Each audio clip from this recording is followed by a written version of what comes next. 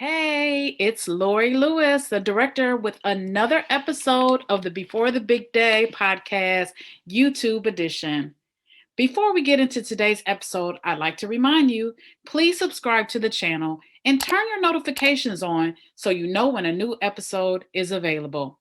Also, give me a thumbs up so I know you got some really good wedding planning nuggets from this episode.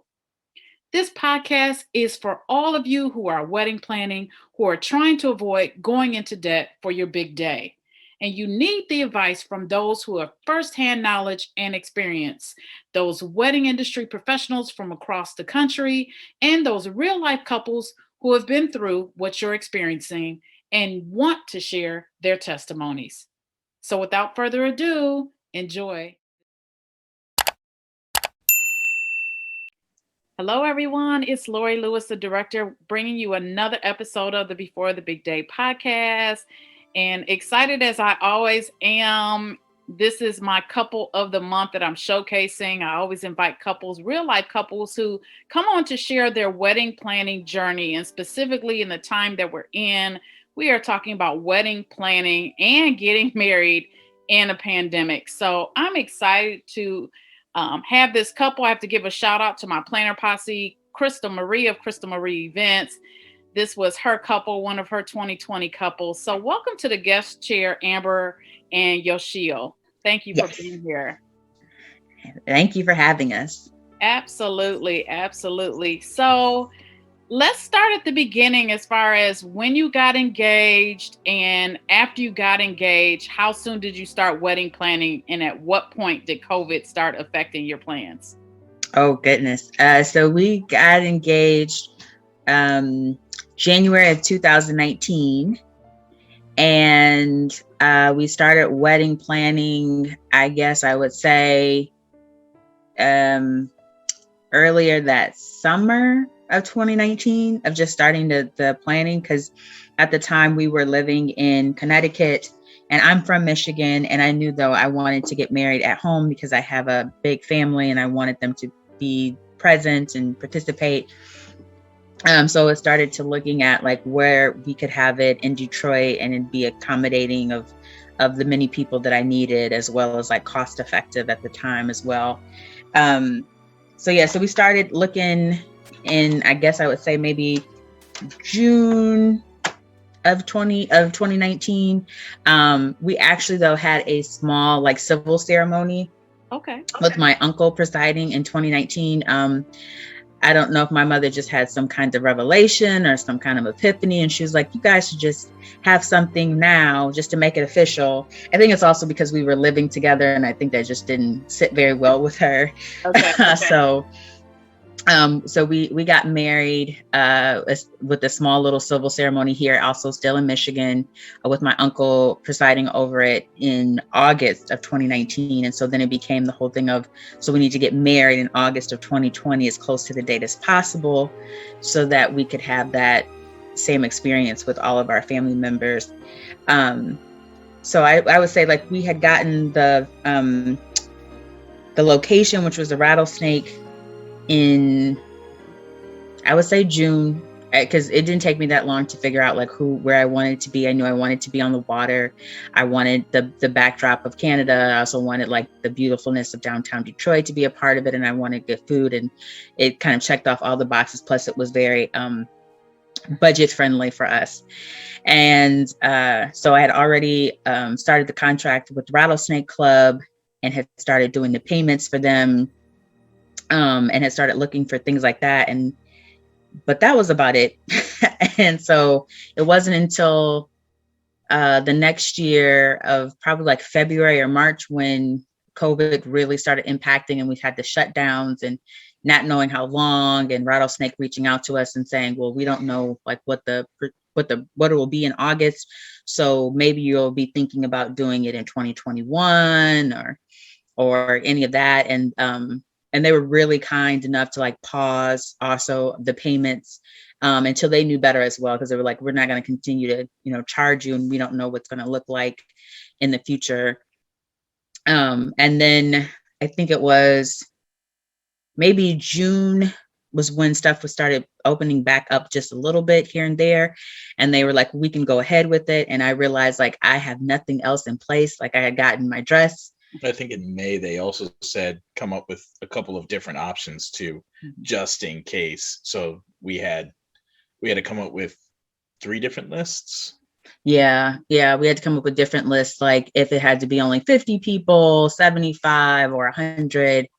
And so we had this huge going back and forth of like, okay, who's going to come to this? If we only had to do 50, who could come to 50, who could only come to 75, and then the 100 was a little bit more inclusive of almost everybody. So it was a little easier for that list. And then, yeah, it was like, I guess June was when I realized I didn't have anything else in place.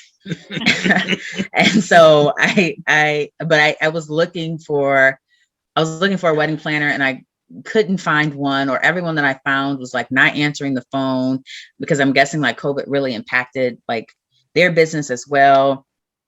And so I don't know. I think I contacted her in July. It must have been July. It was late though. Whenever I contacted her, it was late. Yeah, it was July. And she performed a miracle in less than a month or a month.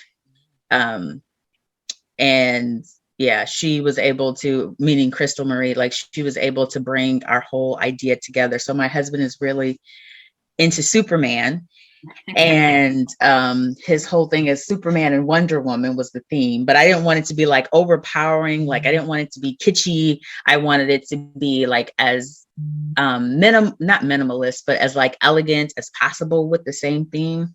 And she was able to like pull it all together, which was amazing and wonderful and really thoughtful. So it really sounds like, which is a dilemma that my clients are dealing with now, that your venue was at least working with you. They weren't trying to shut down. They were giving you advice as far as having the different guest lists. So they were very accommodating. Very accommodating. We were working with, her name is Michelle at Rattlesnake, and she was very communicative. Like she communicated almost every week of like what's going on, getting back with us, giving us like several ideas of what to do. And then we were able to come in person. She was able to give us more options. Like she was like, okay, well, 100 people can sit outside. We can accommodate so many people inside. What are you thinking? And then they were very gracious. Like at the end of the day, what they ended up doing was giving us the whole inside of the restaurant. And which was really thoughtful and really nice. And they were like, it's, it's the least that we could do. And so we were able to invite 100 people to the wedding. And then we had to cut it down to 50, 55 people to inside, which was doable because a lot of people also declined because they were also very scared of like being closed indoors. So it was really, we still were able to have what we wanted, and still celebrate with the people that we wanted to celebrate with. So it was still a very magical and beautiful time. So you utilize because I'm familiar with the venue. In fact, I'm recommending them to a couple clients. So you did use their outside area. Yes, their patio, yes. The brick area that looks out into the water. Yeah, we use that as our space to actually get for our ceremony, I should say. For your ceremony. Now, did they offer like tent options by chance? Do they tent that area in case of inclement weather? No, they just offered different dates. So if that date wasn't available, if it rained on that day, they were just going to take it to another day. What they offered were the chairs, which was great. And then Crystal provided the awning section for us to get married on, or underneath, or in front of, I would say. And they gave us a little table for us to be able to put our uniting ceremony. So I have a daughter, she's now 11. And so we wanted to do something that was really unique to show that it was a uniting of family. So we did a paint ceremony. And so they provided the table for us to be able to do that as well. Okay. So with an accommodating venue, a great wedding planner, what else would you credit to your celebration being the success it was, considering our I would say our vendors, they were also incredibly helpful. I mean, we did run into the snafu with the dress, but your vendor worked a miracle on that. I got lucky. My suit guy back in Connecticut was able to managed to get the suits together and the colors, and really came up with the whole color scheme in very limited time, because we told him that we were moving and Right. we needed it by a certain date. And he was like, "Well, I just opened, so I'll make it work." And he pulled that in, and I think we just had a whole lot of support from family and friends to really help us get to that point. Like, everybody just wanted to make sure that we got what we were looking for. Yeah, we had family that stepped in to like help me on the day of. We also had our photographer who also was working with us, who made sure like he was getting all the shots that we wanted and doing exactly like and still gave us that, again, the fairy tale and what we wanted it to look like. Even though it was like restrictions on restrictions on restrictions, but he was still able to give us, I think, and you see in the pictures, like a wonderful array of what the day looked like and what it felt like, and yeah, the support and our wonderful vendors. I would recommend everyone that we worked with. Awesome. That's awesome. So I guess looking back at it, would there be anything? I mean, you guys just are raving about it, but would there be anything you would have changed or done besides not being in a pandemic, of course? Is Yes, there there actually was. really? Yes, I didn't get to wear my shoes down the aisle. Okay. In the midst of us coming from the hotel to the venue, my shoes were forgotten, so I had to walk down in my flats, and that was just not ideal. So if anything, I would have loved to walk down in my own wedding shoes instead of the flats that I had to wear. Okay. Okay. It was if there wasn't the pandemic, I had a couple of people that were in my party that we were planning something for my wife that was like kind of special for her, but we didn't get to actually do. So unfortunately, if we could, we would have done that. Okay. Yeah, it was a little tricky. Are you Mhm. going to save that for a future anniversary, perhaps? I think it will be when we renew our vows. Yes. I think it will be for then. And it might even work out great for everybody. So we'll see. Mhm. So to the guest list, I'm curious as to, you said you had to go from 100 to 50, but you had some people bow out.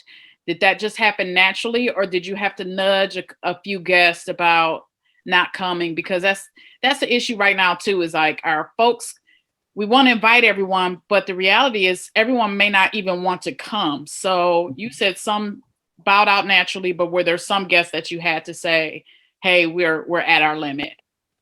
Yes, some bowed out naturally, and some we had to say, and then later on also had to refill some spots because people got sick as the day started getting closer, and they didn't know what they had, but they knew that it was just like this was not really great. We use our list as like priority. So for me, it was I needed to have my great aunts there, I needed to have my great uncles there because I only have one grandmother and one grandfather who's alive. Um, and unfortunately, my husband's family wasn't able to come from Connecticut due to COVID. So they watched virtually, which was another thing that Crystal provided, which was great, that we had the virtual option so that people could at least attend if they couldn't be truly like physically present. But so we prioritize like older guests or people who have been in our lives for a longer, significant portion of time. And then my younger cousins who are closer to my age, it would then became less of that. And so that those were the ones that really had to say, like, you're invited virtually, but you're not invited physically, just because of COVID. Some understood, some did not, which is understandable. Sure. And then again, at the end, by when it got closer, I had to like change how I was saying things because the older guests were not feeling well and not feeling like they could come. And so now it was going into those younger guests and saying, okay, now there is a space available for you to attend. But most of them understood that like you could come outside to the ceremony because it was 100. But once we went inside, like it was only 55. And what was great about working with Crystal, though, she also helped us to think about how we would say that to people, to say like, yes, this might be great in terms of like you coming to the ceremony, but you can't you may not be coming into the actual reception area to eat. And so she helped us with the wording and how we would say it, and just how we would present that to families. So it was great to have that kind of guidance. So it didn't seem so untactful or brutish when we said, like, no, you can't come. Like, she made sure that it sounded a lot better than that. Right. Awesome. So I don't want to assume, but for those couples that are still pushing forward this year, what's the best advice you would have for them?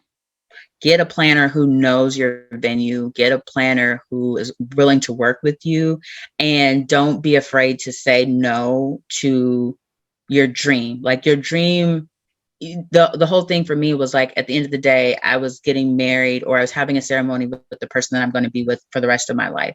And that was the most important thing. And I just wanted to express the love that I have for him in an outward way, but I didn't need all the pomp and circumstance. So if you're willing to get rid of some of that pomp and circumstance and just really focus on this person that you want to be with for the rest of your life, then you'll have a great day. Oh, I love it. Yoshio, what would you say? I would agree. It would be a lot of it. I think we have this view of how weddings are supposed to be, with these big, extravagant things and gestures, and the reality is it's about two people coming together and creating a family and a union. So I think the biggest thing is you can still have, what you want to an extent, especially in this in this pandemic, but be willing to focus on what's most important, and that's you and your significant other joining together and making that as special as possible. So maybe instead of you having all those like different flowers and balloons and 150 or 200 people, maybe it's like you and the person you're marrying, the person that's marrying you both, a couple of family members, and some candlelight. Maybe that's how you transform it. I don't know, but you have to be flexible and find people that are willing to work with you and make something happen. Our most important things were, I think, the photography, which we really wanted to capture our feelings and who we were. And I think just the small things that Crystal was able to help us with. Like, we got artists to do a rendering of us as Superman and Wonder Woman, and we wanted that like spread throughout. And that was really important to us. And then really incorporating like our daughter into things as well. So since we had those things, like, everything else really was not, just fell to the wayside. Like, those were our important pieces. And as long as those things happened, we were very happy. Awesome. Thank you both for sharing. I'm just inspired. I love it. And I know you will be an inspiration. Your story will be an inspiration to those who are pushing through. Who knew that this pandemic would even last this long? So I appreciate your time. And for those that don't know, they're expecting a little one very soon. Yes. So congratulations. Thank you. Thank you. I love it. So thanks again for sharing. And I'm so grateful. And just, I love love. That's my hashtag. I love love. And the love is exuding from you both, even without my seeing you. Yes. Sorry about that. Yes. Our third trimester, our first one, he was our gift from our wedding as well. And that's okay. I get it. I understand. So I wish you a healthy and speedy delivery and a healthy baby boy. So much love to you both. Thank you so much. Thank you. Yes. Thank you. For those of you that have been listening or viewing, we thank you for tuning in for another episode of the Before the Big Day podcast. Don't forget to write us a review or leave a comment. We look forward to hearing from you. And until next time, be well.